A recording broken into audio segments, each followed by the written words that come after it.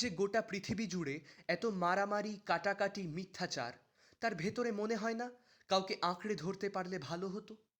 বোঝাতে পারছি বোধহয়। তবে বলি, চারপাশের জীবনের সমুদ্র সফেনের মাঝে দাঁড়িয়ে বনলতা সেনের মতো কারোর মুখোমুখি বসিবার প্রতীক্ষায় তো আমরা অনেকেই আছি। কিন্তু আজকের পৃথিবীতে চারপাশে যখন এত হিংসা, তখন শুধু নিরাপদ আশ্রয়ের কথাটুকু ভাবলেই চলবে তো? এই যে মানুষগুলো অমন মারণ শীতে দিনের পর দিন, রাতের পর রাত ধরে রাস্তায় অবস্থান বিক্ষোভ করছে, তা কিসের তাগিদে? তারা তাদের ভালোবাসার মানুষদের থেকে এত দূরে এসে কেন খামোখা লড়ছে? যারা সাও পাওলোর রাস্তায় কিংবা ওয়াশিংটন ডিসির রাস্তায় হেঁটেছে, তাদের কি নিরাপদ জীবনের আকাঙ্ক্ষা হয় না? বেশি কিছু তো চায়নি তারা। ভালোভাবে বাঁচতে চেয়েছে, ভালোবাসতে চেয়েছে। আজ ভালোবাসার বাতাবরণ এত বদ্ধ, এত শ্বাসরোধী যে তারা যেন হাহাকার করছে। ভালোবাসার বা প্রেমের কোনো নির্দিষ্ট দিন হয় কিনা এ নিয়ে বিস্তর তর্ক হতে পারে, কিন্তু ফেসবুক টিন্ডারের যুগে দিন পালনের, উপহার দেওয়ার আতিশয্যেই যেন আমাদের যাবতীয় আনন্দ। আমরা কোথাও যেন ভুলতে বসেছি, কাউকে ভালোবাসা মানে সে কি চায়, কি ভাবে, সেগুলো খানিক বুঝতে চেষ্টা করা, খানিক খেয়াল রাখা। আমরা LGBTQ সম্পর্ক নিয়ে ভাবি তো, প্রাইড ওয়াকে গিয়ে 4টে ছবি তুলে সোশ্যাল মিডিয়ায় পোস্ট করলাম। দুস্থ শিশু, দৃষ্টিহীনদের জন্য ক্যাম্প করলাম। এতে হয়তো ভালো কিছু হলো, কিন্তু সবচেয়ে বেশি যা হলো তা বোধহয় আমাদের আত্মতৃপ্তি। অমলকে খুব মনে পড়ে আজকাল। না, রবীন্দ্রনাথ নিয়ে অকারণ আদিক্ষেতা করার কোনো ইচ্ছে এখানে নেই। তবে অমলকে যে খুব ভালোবাসি, তা আসলে ওর সেই খোলা আকাশ, মাঠ, ঘাটের কাছে পৌঁছে যাওয়ার আকাঙ্ক্ষাটির জন্যই। আজকে আমাদের প্রত্যেকের মনে রাখা দরকার, এই মনের জানলাটা খোলা রাখার দরকার। এই এত সাম্প্রদায়িক হানাহানি, এত বিভেদ, সবকিছুই বোধহয় এক ভালোবাসা দিয়েই রুখে দেওয়া যায়।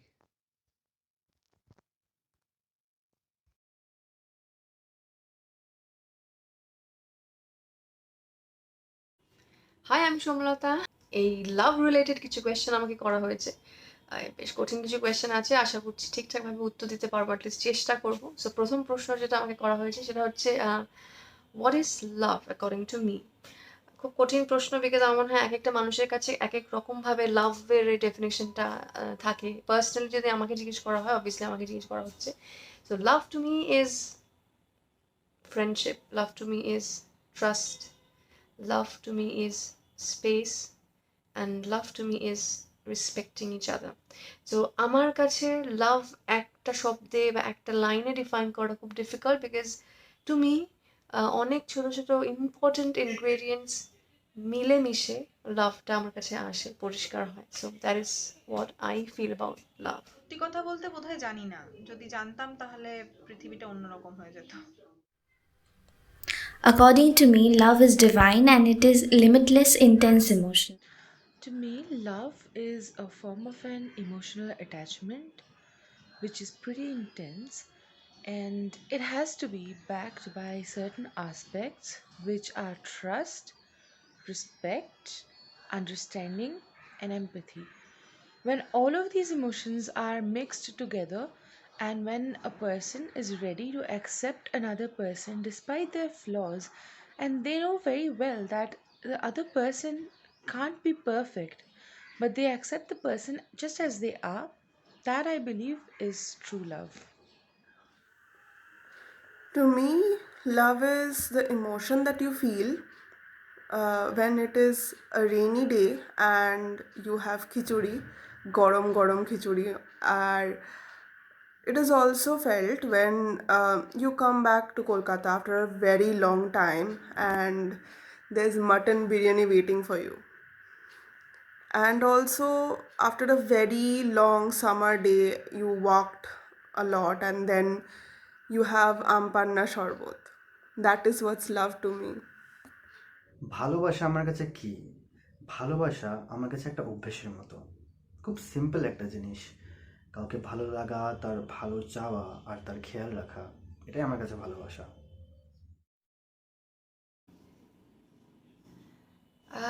কোয়েশ্চেনটা খুব একটা ক্লিয়ার নয়, বাট যেটুকু আমি বুঝছি সেটা যদি ঠিক বোঝা হয়ে থাকে তাহলে no, I don't think love is political, not to me at least, no. অবশ্যই ভালোবাসা তো অবশ্যই রাজনৈতিক, এবং আসলে আমাদের আশেপাশের যে কোনো সম্পর্কই রাজনৈতিক। আমি কার সাথে কথা বলবো, কতটা কথা বলবো, কার সাথে মিশবো, কতটা স্বতঃস্ফূর্তভাবে মিশবো, কতটা লুকিয়ে চুরিয়ে আমাকে তার সাথে কথা বলতে হবে, এই প্রত্যেকটা জিনিসই রাজনীতি ডিটারমিন করে। আমরা কখনো সেটা বুঝি, কখনো বুঝি না, এবং যত না বুঝি তত রাষ্ট্রের সুবিধা। কাজেই ভালোবাসা রাজনৈতিক নয় এইটা বলার দুঃসাহস অন্তত আমার নেই। সাধারণ বাঙালিরা তো পলিটিক্যাল কথাটা শুনলেই ভাবে পার্টি পলিটিক্সের কথা হচ্ছে, but well, political, the word political is more than that. Every action, every opinion, and uh, if we take action based on our feelings, everything is political. Love jinishta, feeling in falling in love is itself not political, but if you if you confess love to someone, if you take action based on your love, then it is obviously political. আর vote আসছে, এটুকুই থাক, এর থেকে বেশি বলার কিছু নেই। The word political had many variations, and to be political means to be within a set of logics. But according to me, love is something which cannot bound us within any earthly boundaries. প্রেম রাজনৈতিক কিনা এই প্রশ্ন বড় জটিল প্রশ্ন, কারণ আমি নিজে মনে করি যে আমরা প্রত্যেকে কথায় এবং কাজে রাজনৈতিক। আমাদের প্রতিদিনের ঘুম থেকে ওঠা থেকে ঘুমোতে যাওয়া, এই গোটাটাই সম্পূর্ণভাবে রাজনৈতিক। কারণ আলটিমেটলি বেশিরভাগ ক্ষেত্রেই আমরা কি করব এবং আমাদের সারাদিনের যে কার্যকলাপ হবে, এটা গোটাটাই রাজনীতি ঠিক করে। আমাদের জীবনযাত্রা কীরকম হবে সেটাও রাজনীতি ঠিক করে। সুতরাং অবশ্যই প্রেম রাজনৈতিক, কারণ রাজনৈতিক মানে শুধুমাত্র তো কোনো পার্টিগত দিক থেকে বা শুধুমাত্র কোনো পলিটিক্যাল ক্ষেত্র হিসেবে দেখলে বিষয়টা হবে না। আলটিমেটলি দুটো মানুষ যখন বুঝছে, দুটো মানুষের সঙ্গে যখন সম্পর্ক তৈরি হচ্ছে, সেটা অবশ্যই রাজনৈতিক। Do I think love is political? Yes, it is. And I have my own reason to say so. See, I define politics as a set of values and ideals that a person believes in, and he chooses or she chooses to follow that. Now, in love, as I said, empathy is extremely important. So, if a person cannot empathize with the values or understand why the other person, is doing something or believing in something, then I think the respect that the other person deserves will go down by a degree. This is where I think problems will arise between two individuals in love, because it is very important to stick to your belief no matter what.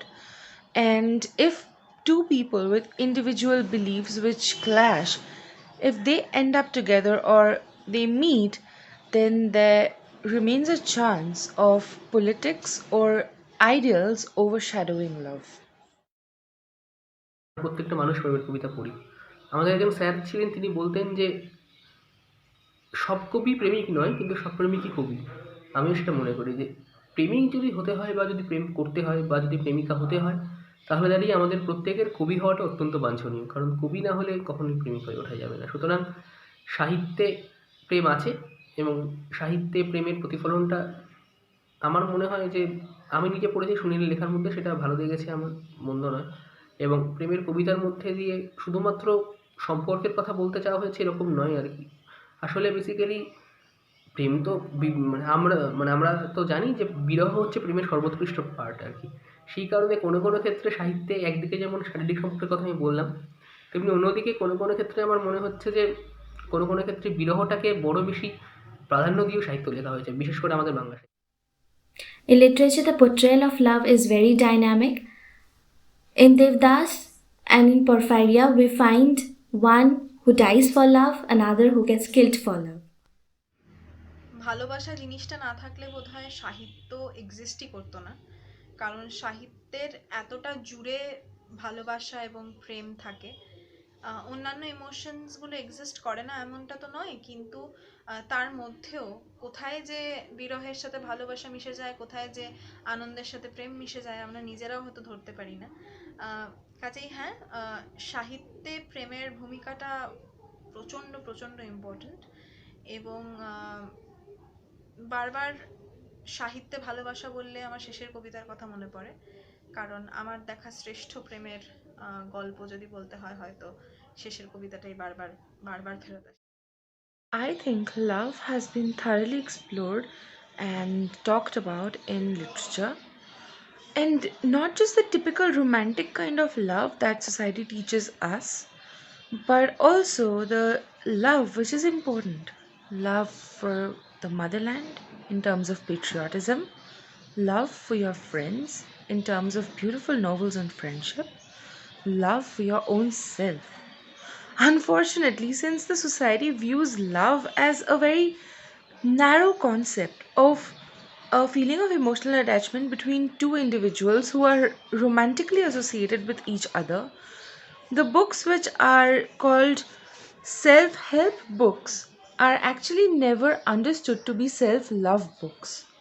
That is the main problem, I believe, in literature, where people need to emphasize more on the concept of self love and friendship and normalize them as being forms of love. While those things have been explored thoroughly, but terming them as love and not just friendship or any other relationship is extremely important because that is something that the society needs to understand. The world of literature it's pretty vast. ওখানে novels আছে, stories আছে, অনেক types of love থাকে, যেহেতু এত genre আছে অনেক types of লাভও দেখানো হয়। তো নভেলসের মধ্যে কিছু ধরা যাক, যেমন ডেইজি গ্যাটসবি, জেন আয়ার রোচেস্টার, তারপর wuthering হাইটসে যে লাভ দেখানো হয়েছে, অ্যান্ড ইভেন রোমিও জুলিয়েট। তো these seem to be more dramatized than it is possible to be. Obviously, love mane drama thakbe, but these are over dramatizations. According to me, these are over dramatizations. And again, poetry নিয়ে যদি বলি, কিছু ঘ্যান ঘ্যানে pan প্যানে poetry তো থাকেই লাভের। আমি মানে যদি দেখি ম্যাক্সিমাম টাইপেরই এমন হয় যে ফিমেল যে কাউন্টার পার্ট লাভার, তো তাকে নিয়ে বলতে থাকে এমনভাবে যেন তার বডি পার্ট ডিসক্রাইব করছে, তার চুল এরকম, তার চোখ এরকম, অ্যাজ এফ মানে হয় না বায়োলজি ল্যাবে স্টুডেন্টগুলো বিশাল এনথুসিয়াস্টিক থাকে যে এই নোট ডাউন করতে হবে কোন বডি পার্ট কিরকম, সেরকম টাইপের মনে হয় ডাইসেকশন হয়েছে বডি পার্টস নিয়ে, দিয়ে সেটারই ডিসক্রিপশন দিচ্ছে। And keeping apart that kind of poetry, there are actually some beautiful poetries like nature নিয়ে অনেকে লেখে লাভ পোয়েট্রিজ, অ্যান্ড অনেকে abstract ideas নিয়ে লেখে লাভ পোয়েট্রিজ। So those are pretty soulful, those are pretty good. সবই অবভিয়াসলি ঘ্যান ঘ্যানে প্যান প্যানে হবে না। হ্যাঁ, আমরা নর্মালি লাভের সঙ্গে রেড কালারটাকেই কানেক্ট করে থাকি, red heart, red roses and everything red. But হ্যাঁ, এক একজনের কাছে সাবজেক্টিভ হতেই পারে, মানে নট নেসেসারিলি রেডই হতে হবে, কারোর কাছে হোয়াইটও হতে পারে, কারোর কাছে ব্লু হতে পারে। It is subjective, not I am not into that typical red love thing, so it is subjective to me. Yeah, it can be any color according to any individual's perception. So yeah, that's it. কিন্তু সবসময় যে লাল হতেই হবে তার কোনো মানে নাই আর কি, কারণ নির্দিষ্ট করে রং প্রেমের সম্পর্ককে ব্যাখ্যা করতে পারে এটা আমার মনে হয় না। সব ধরনের কালারই প্রেমের পক্ষে উপযোগী, মানে লালটা যেহেতু ছোটোবেলা থেকে আমরা জেনে এসেছি তাই আমাদের কাছে একমাত্র লালটাই প্রেমের রং, কিন্তু আমার কাছে সেটা নয় অন্তত। When you give someone a red rose, it means that you love them. Likewise, a yellow sunflower, the blue reflection of the water, the green grass on which the sunlight is falling, the black skies twinkling with stars, they are all colors of love. When you sit with your partner, with your friend, or alone, and you look up at the sky and you see the birds flying, no matter what color they are. That is love. So, love is everywhere in all forms, all colors, all shapes, and all sizes. And we just need to learn to be more accepting of others and more accepting of the general concept of happiness, well being, and love getting intertwined together. As I said earlier, love is a mixture of emotion. So, according to me, the color of love is Vivjor, as each of the color of Vivjor, it represent a different emotional bond. ভালোবাসার আসলে কোনো রং হয় না, যেই রঙে আমরা দেখতে চাইবো সেই রঙই ভালোবাসার রং। কাজেই আমার কাছে ভালোবাসা রামধনু।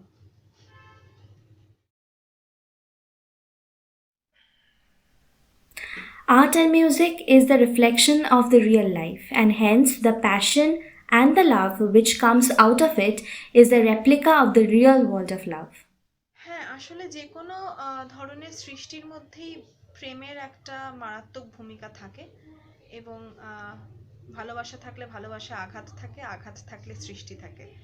আহ, যার জন্যে গান বাজনা তো একেবারেই তার বাইরে হতেই পারে না। পৃথিবীর যত শ্রেষ্ঠ গান বোধহয় ওই ভালোবাসায় প্রচণ্ড আঘাত পেয়েই লেখা। আর প্রেম এবং গান এই দুটো কথা পাশাপাশি রাখলে যার কথাটা মনে না পড়ে বোধহয় থাকা যায় না, তার নাম রবীন্দ্রনাথ ঠাকুর, যিনি লিখে গেছেন আহ, আমি নিশিদিনও তোমায় ভালোবাসি তুমি অবসর মতো বাসিও, বা দিবস রজনী আমি যেন কার আশায় আশায় থাকি। এই কথাগুলো বলে ফেলার পরে তো আর কিছু বলারই থাকে না আর কি। তো আমার কাছে গান এবং প্রেম এই কথা দুটো পাশাপাশি বসলেই সেটা অটোমেটিক্যালি আমার কাছে অনেকটাই রবীন্দ্রনাথ ঠাকুরে গিয়ে মেশে আর কি। Simply put, in any form of art and music, if you want to see love in any form whatsoever, you will do it.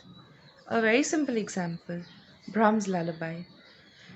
If you want, you can any day use it to soothe your crying child, and that is a form of motherly love and affection. So it is everywhere, in a painting, in any book that you read, in any piece of music. You just need to hear it in a way that you want to hear it so that you can discover the love that is hidden in there. হ্যাঁ, এটা younger জেনারেশনকে শুধু দোষ দিয়ে লাভ নেই। আমার মনে হয় সব জেনারেশনেই এরকম একটা পার্সেন্টেজ অফ এরকম থিঙ্কিং পিপল ডেফিনেটলি ছিল হয়তো, যারা একটু কমিটমেন্ট ফোবিক হয়, যারা কমিট করতে ভয় পায়, বা যাদের মনে হয় কমিটমেন্ট ছাড়াও প্রেম এক্সিস্ট করতে পারে। আই এম শিওর আগেও ছিল। হ্যাঁ, পার্সেন্টেজ বা সংখ্যাটা হয়তো একটু বেড়েছে, এদিক ওদিক হয়েছে মেবি, বাট এখনো আই আই মানে আমি যাদেরকে চিনি বা আশপাশে ইয়াঙ্গার জেনারেশন যাদেরকে আমি দেখি, এখনো আমার মনে হয় majority of the people looks for commitment. So commitment ছাড়া লাভ এক্সিস্ট করে কি করে না সেটা আমি জানি না, কিন্তু আমার আশপাশের ইয়াঙ্গার জেনারেশনের মধ্যে এখনো maximum percentage of people do look for commitment in love. Love has not changed over the generations, but it has increased to being something beyond the typical romantic love which the society usually considers. A very important change, which I personally believe has come along with the generations, is that earlier self love used to be a thing of impertinence, and if a child decides to love himself or herself and prioritize himself or herself over the others, be it their parents or their partners, it was called impertinent and rude. This is something that has, I believe, changed in the past few years, where people now acknowledge their needs first. And this is how exactly it should be. Because when I'm in love, it can't be expected of me that I'm going to give away everything of mine in order to hold on to a relationship. That becomes oppressive. And it shouldn't be that way. So I believe that the concept of love has evolved and it has become better because it has learned to incorporate self love now. হ্যাঁ, এইটা হচ্ছে বর্তমান যুগে আমরা দেখতে পাচ্ছি যে বর্তমান যুগে বলতে মানে আমাদের জেনারেশনের কথা যদি বলতে হয়, আমাদের যারা ওয়াই জেনারেশনের মানুষ, আমাদের প্রত্যেকেই আর কি কমিটমেন্টে বিশ্বাস করছে না, এরকম একটা বক্তব্য হচ্ছে শুনে থাকি। কিন্তু সত্যি কথা বলতে কমিটমেন্ট জিনিসটাই বড় জটিল, জানেন তো। মানে ধরুন হচ্ছে যে যাদের কিনা আজ থেকে 100 বছর আগের কথাই ধরি আর কি। আমি নিজে কদিন আগে আশাপূর্ণা দেবীর উপন্যাস পড়ছিলাম, প্রথম প্রতিশ্রুতি উপন্যাস। কি অদ্ভুত জীবনযাত্রা তখনকার দিনের নারীদের, যারা কিনা বিয়ে হয়ে আসতেন সদ্য সদ্য। এবং রাজসুন্দরী দাসীর আমার জীবন, এই বইটা আমি পড়ছিলাম কদিন আগে। মানে সেই সময়ে, বিশেষ করে 19 শতকের সময় মেয়েদের, এবং বিশেষ করে অল্প বয়সে বিয়ে হয়ে যাওয়ার পরে শ্বশুরবাড়িতে যে দুঃসহ যন্ত্রণা ভোগ করতে হতো, সেইটা বড় জটিল যন্ত্রণা। এবং যদি আমরা সেইটাকে জীবন বলে ধরি, যদি সেটাকে আমরা সাংসারিক কর্তব্য বলে ধরি, তাহলে দাঁড়িয়ে তো খুব জটিল হয়ে যায় কমিটমেন্টের বিষয়টা। আসলে কমিটমেন্ট শব্দটা বড় আনকোড়া শব্দ। যদি বিশ্বাস করি যে 19 শতকে ওই যে সারাদিন ধরে একদম গোটা পরিবারের জন্য রান্না বান্না করা, ছেলে মেয়েদের সামলানো করে নিজের জীবন বলতে কিছু অবশিষ্ট নাই, এবং স্বামীর প্রতি কর্তব্য এবং কমিটমেন্টের কারণে তারা ওই ধরনের জীবনযাত্রা পালন করছেন, সেইটা বড় জটিল আজকের দিনে দাঁড়িয়ে। আমরা তো আস্তে আস্তে গ্লোবালাইজেশনের ফলে উন্নত হচ্ছি, এবং উন্নত হওয়ার ফলে আমরা বিভিন্ন বিষয়ে জানতে পারছি, এবং গোটা পৃথিবী এখন আমাদের হাতের মুঠোয়। তো সেই ক্ষেত্রে দাঁড়িয়ে হয়তো কোনো কোনো ক্ষেত্রে দাঁড়িয়ে আমাদের মনে হচ্ছে যে সেই সময়টা ঠিক নয়। অবশ্যই কমিটমেন্ট দরকার, কমিটমেন্ট ছাড়া তো আর কিছু হতে পারে না। খুব ইন্টারেস্টিং প্রশ্ন। আর এই প্রশ্নটার উত্তরটা দিতে গেলে আমার মনে হয় একটা উল্টো প্রশ্ন করতে হবে আর কি, যে আমি কমিটমেন্ট বলতে কি বলছি। কমিটমেন্ট বলতে আমি দায় বলছি, আমার কোনো দায়বদ্ধতা আছে কিনা কারোর প্রতি। এবার দায়বদ্ধতা তাহলে কার প্রতি? আমার ভালোবাসার মানুষের প্রতি। তাহলে প্রশ্নটা আসে যে আমার কি কারুর প্রতি কোনো দায় আছে? আমার কি আশেপাশের মানুষের প্রতি কোনো দায় আছে? আমার কি পাশের বাড়ির খ্যান্ত পিসির কাছে কোনো দায় আছে? আমার কি আমার মা বাবার প্রতি কোনো দায় আছে? আহ, এটার কোনো শেষ নেই। আমরা যদি বলতে শুরু করি একবার যে আমার কোনো দায় নেই, এটা মারাত্মক, এটা এতটা ডেঞ্জারাস যে একটা জায়গায় গিয়ে আমরা এই উত্তরটাই হয়তো দিয়ে উঠতে পারবো না যে আমার নিজের প্রতি কোনো দায় আছে কিনা, আদৌ আমার বেঁচে থাকার কোনো দায় আছে, সেটাও তো না থাকতে পারে। I don't think it's about generation. Even Radha, Krishna, Rukmini, Meera, they all understood love, but differently and beyond any kind of commitment. So, according to me, love is a feeling, it can be subjective. Necessary বলার আমি কেউ নই। আমার কাছে personally যদি মনে হয়, yes, commitment, একটা পয়েন্ট অফ কমিটমেন্ট তো ডেফিনেটলি দরকার হয়। So but I am sure এরকম মানসিকতার অনেকে থাকতেই পারে, যে তারা এরকম যারা ভাবে যে আমার লাইফ, আমার choice, I can think or take anything as I want, এবং আমার জাস্টিফাই করার দরকার নেই কাউকে, সেরকম ধরনের ভাবনা চিন্তার লোক থাকতেই পারে, এবং তারা তাদের দিক থেকে, তাদের পয়েন্ট অফ ভিউ থেকে হয়তো ঠিক। আবার যারা কমিটমেন্ট খোঁজে এবং কমিটমেন্টটাকে খুব ইম্পর্টেন্ট মনে করে, তারাও তাদের দিক থেকে অবশ্যই ঠিক। তো এটা খুব মানে এতটা সহজ নয়। It's not right or wrong or yes or no or black or white. So মিলিয়ে মিশিয়েই থাকে। তো আমার কাছে পার্সোনালি কমিটমেন্টটা নেসেসারি, বাকিদের অনেক কাছে নাও হতে পারে, that's their choice, I would say. হচ্ছে যে কমিটমেন্ট প্রয়োজন এই কারণেই, তাহলে দাঁড়িয়ে দুটো মানুষকে বিশ্বাস করবে, দুটো মানুষকে ভরসা করতে শিখবে, দুটো মানুষের প্রতি নির্ভরশীল হবে। এটা প্রয়োজন কমিটমেন্টের জন্য। এটা আমার চয়েস, এটা আমি করেছি, বেশ করেছি। এই যে আমরা প্রত্যেক কথাগুলো যদি আমরা সম্পর্কের ক্ষেত্রে অন্তত দাঁড়িয়ে যদি আমরা বলি যে বেশ করেছি, ঠিক করেছি, উচিত কাজ করেছি, এই ধরনের শব্দগুলি বা এই ধরনের কথাগুলি আমাদের ঔদ্ধত্য প্রকাশ করে, এবং এই ঔদ্ধত্য প্রকাশ করলে আমরা সব থেকে বেশি নিজেদের কাছে নিজেরা ছোট হয়ে যাই। এটা ঠিক নয়। I don't have to justify myself to anyone. This statement must always, and I wouldn't say should, it must always come with the following line: and I will be responsible for all the decisions that I am taking. Without the responsibility part, you cannot have independence. You are free to do anything as long as you can be held accountable for whatever the consequences of your actions are. So I believe love in any sense must be between two consenting individuals who can understand the consequences of their actions. হ্যাঁ, এই বিষয়ে আমি একটা কথাই বলবো যে আগেকার দিনের মানুষেরা বা এখনকার দিনের মানুষের মধ্যে ভালোবাসার প্রতি যে ভিউটা ছিল সেটা পাল্টে গেছে অনেকটাই। কমিটমেন্টটা অনেকটাই কমে গেছে, আর এখন চট করে কেউ কমিটমেন্টে যেতে চায় না, কারণ এখন ডান দিক বাঁ দিক করলেই ভালোবাসা পাওয়া যায়। সো সেই জন্য হয়তো ইয়াঙ্গার জেনারেশনের ভিউটা যেটা ছিল সেটা আগেকার দিনের সাথে এখন অনেকটা বেশি তফাৎ হয়ে গেছে। আগে যেমন একটা চিঠিতে লেখা থাকতো যে আমাকে অমুক টাইমে অমুক সময় আমাকে অমুক জায়গায় দেখা করো আমার সাথে, আর সেই মানুষটা যেত সেইখানে সেই সময়টায়। কোনো ফোন কলস নেই, কোনো ভিডিও কলস নেই, নাথিং। আর এখনকার দিনে মানুষেরা ভিডিও কল, ফোন কল সব কিছু ইজি হয়ে গেছে, তাও কমিটমেন্ট বিষয়টা নিয়ে এতটা ভয় পায় সত্যি বলতে। আর এটার আরেকটা রিজনও হতে পারে, কারণ এখন এত বেশি জাঁকজমক মার্কা জীবন হয়ে গেছে যে ভালোবাসার প্রতি যে কমিটমেন্ট বা যে এফোর্টসটা দিতে লাগে সেটা দিয়ে উঠতে পারছে না, বা কোথাও একটা দিতে চাইছে। মারাত্মক পাল্টে গেছে, এটা তো বলাই বাহুল্য। এবং আমাদের আগের জেনারেশন যেভাবে ভালোবাসাকে দেখতো, বা তার আগের জেনারেশনের সাথে আমাদের একটা বিশাল পার্থক্য। সেই পার্থক্যের একটা প্রধান কারণ আমি মনে করি যে আমরা যত দিন যাচ্ছে তত বেশি আমরা আমির মধ্যে আবদ্ধ হচ্ছি, এবং আমাদের কাছে আমিটা এত বেশি ইম্পর্ট্যান্ট, এবং আশেপাশে তাকিয়ে দেখার প্রয়োজনটা আমরা এত কম অনুভব করি। এবং যত দিন যাচ্ছে আমরা আরও বেশি করে এইটা বলতে খুব কমফোর্টেবল ফিল করছি যে I am very happy on my own alone. এই কথাটার মধ্যে তো একটা ঔদ্ধত্য আছে।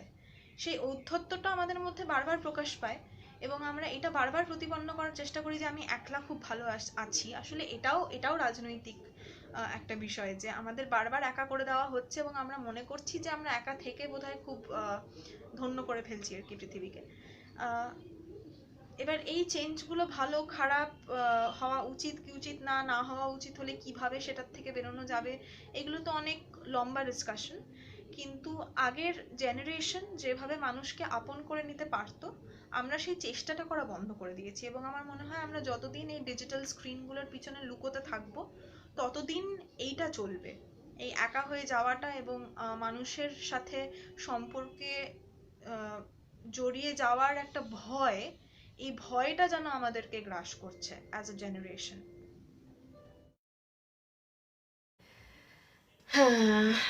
বেশ কন্ট্রোভার্সিয়াল কোয়েশ্চেন। আমার ওপিনিয়ন বলতে গেলে I don't want to indulge myself in those kind of relationships.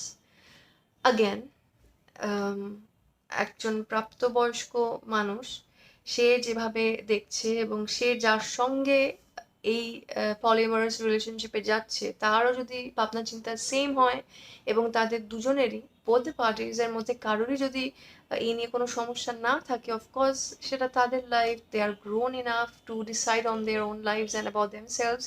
So who am I or who are we to speak on their behalf? So যারা এই ব্যাপারটাকে নিয়ে নর্মালি দেখতে পারে, যাদের কাছে মনে হয় যে না আই এম ফাইন, এবং তার সঙ্গে তার যে পার্টনার বা তার যে রিলেশনশিপে যে যার সঙ্গে সে আছে সেও যদি এই গ্রাউন্ডে সেম জায়গাতে দুজনেই থাকে, সেটা তাদের ব্যাপার, it's their personal choice.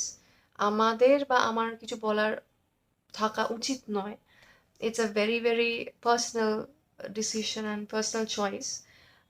Yes, but আমার ওপিনিয়ন জানতে চাইলে বা আমি পছন্দ করব কি না এরকম ধরনের রিলেশনশিপে ইনভলভ হতে, if that is the question, then it's a big no from my part. So that's all. I hope ঠিক ঠিক উত্তর দিতে পেরেছি। কিছু কন্ট্রোভার্সিয়াল, বেশ কিছু কঠিন প্রশ্নও ছিল, but anyway that's all from my and. Though I don't believe in just one day for love. So আমার কাছে Valentine's data not just limited to 14th February for sure. আমার মনে হয় প্রেম ভালোবাসাটা খুব পজিটিভ একটা ফিলিং, একটা এনার্জি দেয়। So it should be celebrated each and every day of the year. But আলাদা করে বছরের এই একটা দিনে যেই ভালোবাসার দিন আমরা সেলিব্রেট করি, যারা সেলিব্রেট করতে পছন্দ করেন তাদের জন্য এবং বাকি সকলের জন্যই happy Valentine's day from my and. ভালো থেকো সবাই, সুস্থ থেকো এবং প্রেমে থেকো। Personally, I don't go for the word polygamous relationship because, according to me, the word polygamous doesn't go with the word relationship. There can be only two halves of a whole, and if a rock is broken down into several pieces, then the story is over.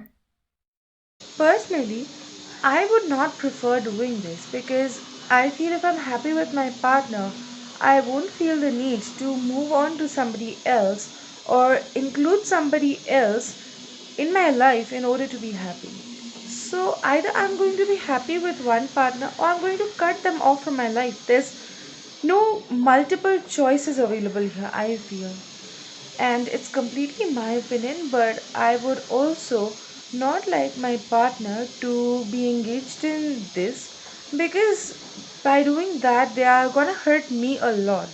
Because personally I feel that whether it is for mental support or sexually, one partner with whom you're happy is enough. And if you're not happy, you can just switch and move on in life, but not keep that person and at the same time include other people.